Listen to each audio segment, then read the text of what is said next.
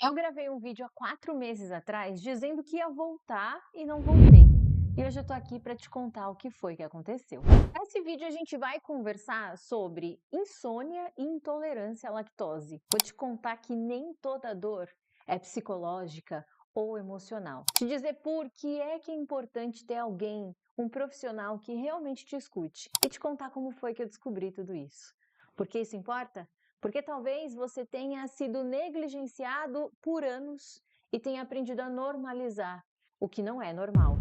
Hoje eu tô aqui para abrir a minha intimidade e o meu coração para você. Eu vou te contar uma boa parte da minha história de uma maneira muito resumida, mas com o propósito de te acender um alerta, de que você se escute um pouco mais. Eu sempre fui uma pessoa que tinha uma relação muito estreita com o pronto-socorro do hospital. Vira e mexe, eu estava lá tomando soro ou algum outro remédio. Seja porque eu estava com muita dor de cabeça, seja porque eu estava com muita dor em algum lugar, seja porque eu tinha desmaiado, ou porque eu tivesse tido qualquer episódio intenso de vômito que não conseguia parar. E o resumo da ópera sempre era que eu tinha um emocional muito abalado. Isso desde os meus 8 anos de idade. Que o meu problema era estresse. Todos os exames possíveis e imagináveis para descobrir essas dores eu já fiz. Ressonância, eletros, enfim, aqueles monte de aparelho que você põe na cabeça e fica com aqueles fiozinhos lá lendo tudo. Remédios controlados, eu tenho uma lista deles que eu já tomei. Para enxaqueca, eu acho que podia ser eu um rato de laboratório. O diagnóstico era muito similar entre todos os profissionais que me atendiam. O seu problema é emocional. E nos últimos tempos, eu descobri que é emocional está para os médicos de adulto, como é virose está para os médicos de criança. Claro que eu tenho a minha parcela de culpa. Eu realmente tenho uma rotina muito agitada. Eu sou mãe de uma criança pequena, eu empreendo, moro longe da minha família, meu marido viaja muito, sou eu pra tudo. Eu sempre fui uma pessoa muito preocupada, muito... Muito exigente comigo mesma, é verdade que eu me cobro demais, que eu sou muito dura comigo. Tudo bem, isso é realmente verdade. E isso desde sempre, né? Eu me lembro de um episódio quando eu estava, acho que no 7º, 8º ano, que eu fiz uma prova e tirei nota 7. Na minha escola, nota 7 era azul, estava tudo bem. Mas eu era sempre uma aluna de 9 e 10. E eu chorei tanto, mas não aquele choro de escândalo. Sabe aquele choro que você não consegue conter as lágrimas e que você até soluça, né? Tipo assim, dentro de mim, eu não fiz escândalo nem nada, mas eu não conseguia me conter de tanto que eu chorava. A coordenadora da escola conversou comigo e eu disse que eu entendia que estava tudo bem, que eu aceitava aquela nota, mas eu não conseguia me conter, né? Porque a minha cobrança interna era muito grande. E foi assim um episódio em que eu passei mal na escola. Não era um escândalo, entende? Não era uma criança birrenta, era uma criança sentida. E aí o professor ficou com tanta pena de mim que me deixou fazer a prova de novo. E fazendo a prova de novo eu tirei 10. Mas já melhorou? Demais. Eu me considero uma pessoa muito melhor do que eu já fui há 1 milhão de anos atrás. Eu sou professora de inteligência emocional, estou me formando em neurociência, estudo, leio muito sobre isso, eu já evoluí demais. Então, eu não me considerava mais uma pessoa que realmente tivesse problemas emocionais no nível que esses médicos contam. Em dezembro, eu tive um episódio de afasia, quando a gente perde a fala. Então, eu estava terminando uma aula, entreguei a aula, estava fazendo uns ajustes no computador. Eu tenho enxaqueca áurea, né, que é aquela enxaqueca que você perde a visão parcial, ou você perde a visão daqui para baixo, ou você perde um lado da visão, e eu já estava meio acostumada com isso. Depois que passa esse mal-estar, a visão cintila e tudo mais, vem uma dor de cabeça muito forte. Só que acontece que ao invés de vir uma dor de cabeça, eu senti uma pontada muito forte e eu não conseguia falar. Eu conseguia pensar, mas na hora de processar a fala, ela não saía.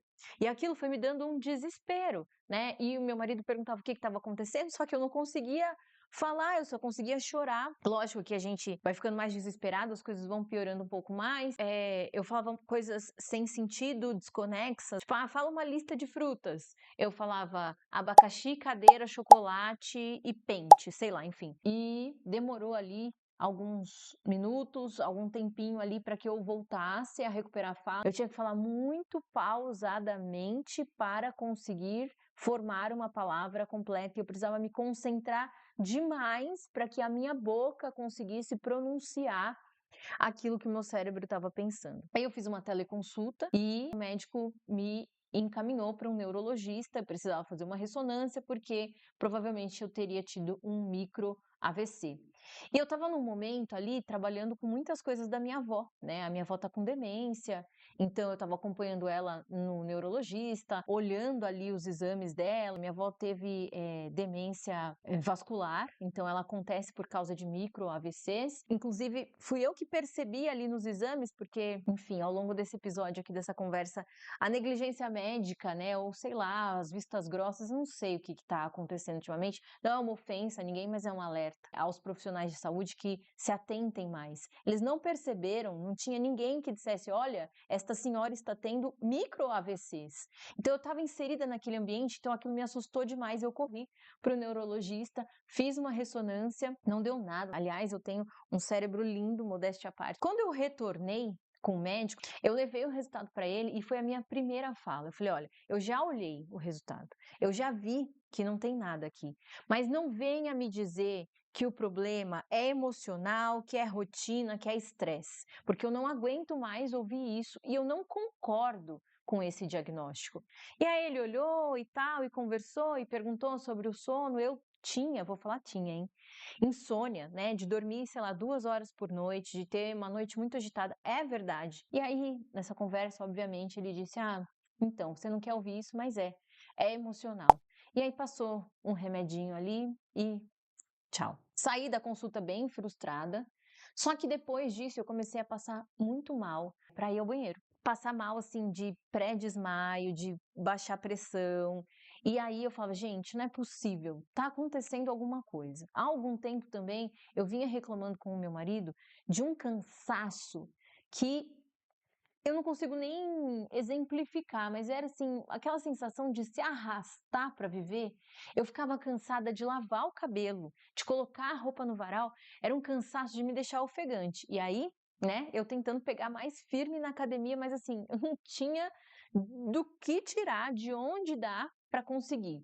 E aí, reclamava, né, que não conseguia mais me sentir cansada desse jeito, que não era possível, que tinha alguma coisa errada.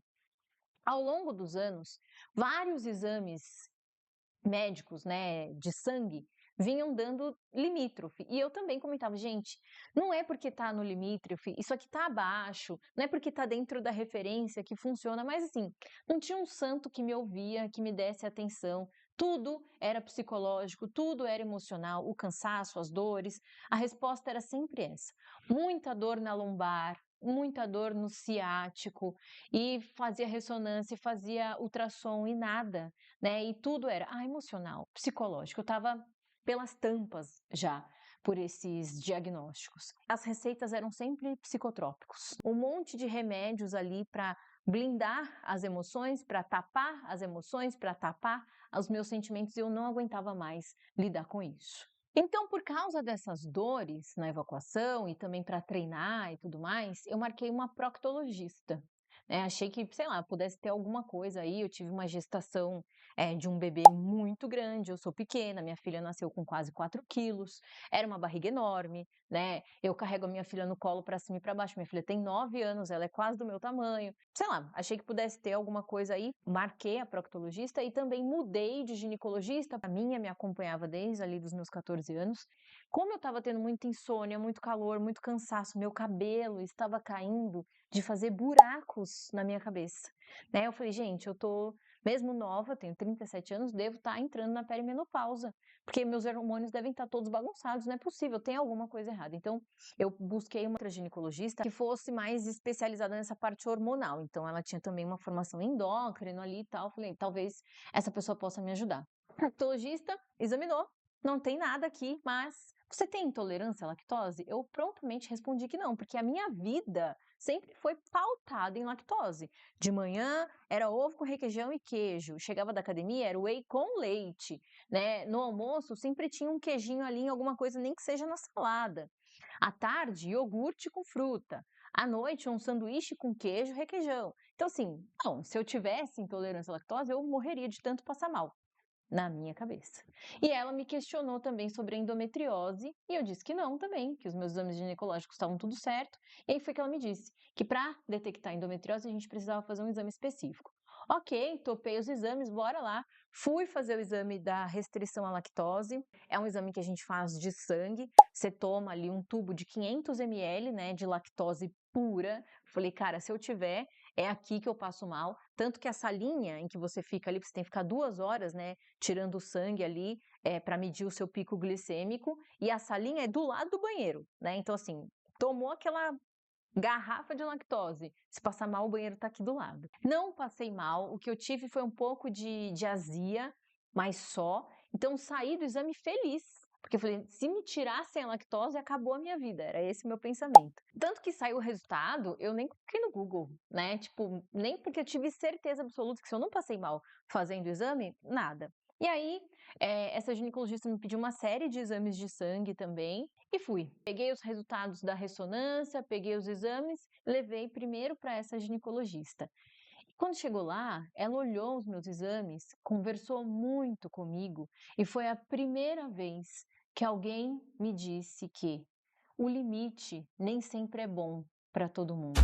Nem sempre todo mundo vive bem no limítrofe. E aquilo que eu sempre repeti aqui dentro de casa, que não é porque os meus exames de sangue estão dentro de uma referência global, né, de uma referência de uma população, que aquilo seja ideal para mim. Porque os meus sintomas mostravam que eu não estava bem.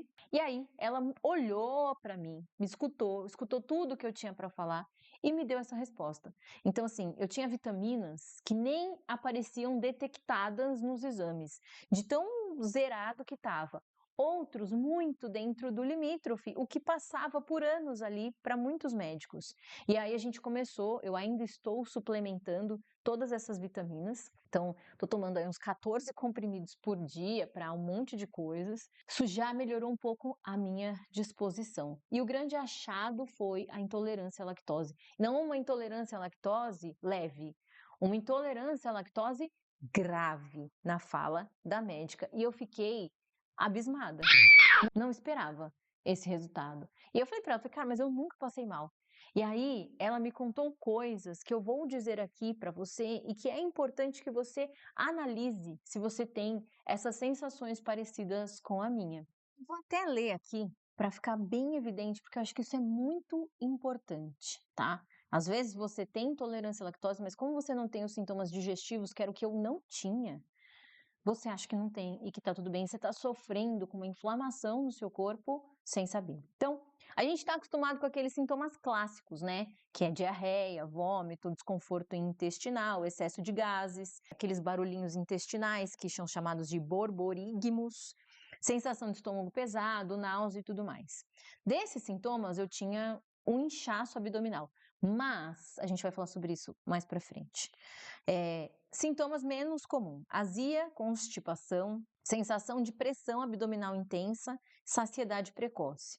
E aí tem outros sintomas: fadiga após as refeições, sonolência excessiva, sensação de névoa mental, dificuldade de concentração, dor de cabeça e enxaqueca, sensação de mal-estar geral, irritabilidade, impaciência, ansiedade aumentada, sensação de estar sem energia, queda de motivação, humor deprimido temporário, maior sensibilidade emocional. E aí tem sintomas mais incomuns, que são dores musculares difusas, dores articulares, tontura, sensação de confusão mental, palpitação, alteração do sono. Dentro dos sintomas digestivos, como eu falei, eu não tinha nada, mas todos os outros sintomas que sempre me encaminharam para terapia e psiquiatra estavam relacionados com a intolerância à lactose. Eu recebi o diagnóstico, eu removi a lactose da minha vida e junto com a lactose eu mandei embora o Rivotril, a quetiapina, todos os outros remédios que eu tomava para dormir. E eu passei a dormir uma noite inteira. Não foi meses sofrendo com insônia, foram quase 9 anos sofrendo com insônia. E eu não precisava de um monte de remédio para me fazer dormir. Eu precisava tirar a lactose da minha vida. Parece absurdo, parece bizarro, mas quando eu me escuto falando isso, eu lembro de todas as vezes que eu reclamava de todos os sintomas que eu sentia e eu saía da clínica, do consultório, do hospital com uma receita para o psiquiatra e para uma e com uma receita de algum psicotrópico, né. Como a gente negligencia coisas simples, como a gente normaliza questões que são banais, às vezes, e que a gente, não escuta o nosso corpo, que a gente não escuta os nossos sintomas. E além do resultado, né, da intolerância à lactose, veio também uma avaliação clínica para a endometriose. Eu fiz uma ressonância. Na ressonância, o resultado foi muito tímido, sugestivo de, além de alguns miomas, né, e tudo mais que são muito, a forma como está descrita ali está muito relacionada a essa questão da endometriose, mas foi a médica que ouviu que eu tinha cólica de desmaiar, que eu tinha dor abdominal de vomitar, que eu estava muito cansada, que eu estava sentindo dores pelo meu corpo que os ortopedistas não encontravam um resultado, que eu tinha um inchaço abdominal, uma barriga que eu não conseguia perder de jeito nenhum, não importa o quanto eu me esforçasse na academia. E veja, ao longo da minha vida, eu apliquei enzima na barriga, eu queria fazer, como chama? Abdominoplastia. Foi só tirar o leite e cuidar um pouco mais dessa visão sistêmica da endometriose que a minha barriga secou. Além de tudo isso, eu tenho um problema, talvez genético aí, de colesterol, né? Eu tenho um colesterol muito alto desde sempre. Eu sou uma pessoa que houve um tempo da minha vida que o meu almoço era fandangos e Coca-Cola, ponto, para vocês entenderem de onde eu saí, para hoje comer muito limpo, regrado, até por causa de toda essa mudança, e eu vou contar nos próximos vídeos, né, sobre essa adaptação em relação à lactose, sobre a questão da endometriose também. Então eu estou vivendo uma fase de adaptação em que eu posso comer carne vermelha 2 vezes por semana, glúten até 3 vezes por semana, é uma xícara só de café por dia, vocês imaginem a dor que eu estou sentindo de abandonar meu cafezinho. Minha água com gás, eu tenho um limite máximo aí de 500 ml por dia. E tem uma série de outros alimentos que eu tenho que inserir, regrar tudo muito direitinho. Outro ponto importante também que eu quero dividir com você é a questão da proteína, né? Uma vez eu vi uma influenciadora aí que é muito conhecida nessa área de biologia, né, de corpo humano e tal, falar que ai, no Brasil não existe deficiência de proteína. Quantas vezes você fez um exame para medir a deficiência de proteína no seu corpo? Quantas vezes você avaliou se tem deficiência ou não? Será que não tem deficiência ou não tem medição para isso? Porque o que a nutricionista me contou foi que tudo no nosso corpo é proteína, né? Para produzir sangue, a gente precisa de proteína. Para produzir as vitaminas que estão no nosso sangue, a gente precisa da proteína. Para produzir cabelo, a gente precisa de proteína. E eu estava indo para academia, porque eu achava que aquele cansaço, que esse mal-estar todo era porque eu estava muito sedentária e tal. Então, eu peguei firme na academia, eu peguei firme na minha alimentação, cuidando muito do pico glicêmico, então comendo bastante salada, evitando carboidrato e tal, não sei o quê. Mas a proteína, para o nível de exercício, de atividade que eu estava fazendo, não estava adequada. Então, o meu corpo, além de estar com um monte de vitamina baixa, já talvez por causa de toda essa questão inflamatória, não tinha proteína o suficiente para produzir as vitaminas que eu precisava. E ainda estava tendo um desgaste muito grande por causa dessas movimentações todas que eu estava fazendo. Ele estava entrando em colapso. A verdade é essa. Então, eu vinha tendo zumbidos no ouvido, meu ouvido tampava. Eu tinha alguns apagões, assim, de tipo, não saber nada do que eu estava fazendo, perder completamente a memória daquele momento e ter um apagão mesmo, cansaço extremo, né?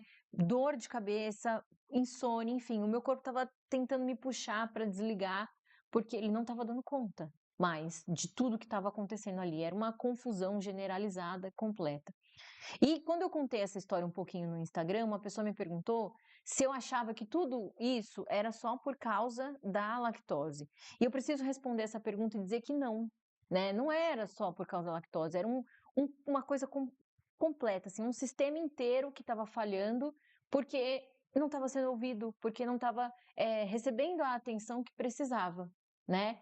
Então, eu quero falar mais sobre isso pontualmente, mas queria te contar essa história, abrir esse leque para você, explicar realmente como foi que tudo aconteceu, para que você também possa acender esse alerta, né? Nem tudo é emocional, nem tudo na nossa vida deve ser resolvido tapando, né?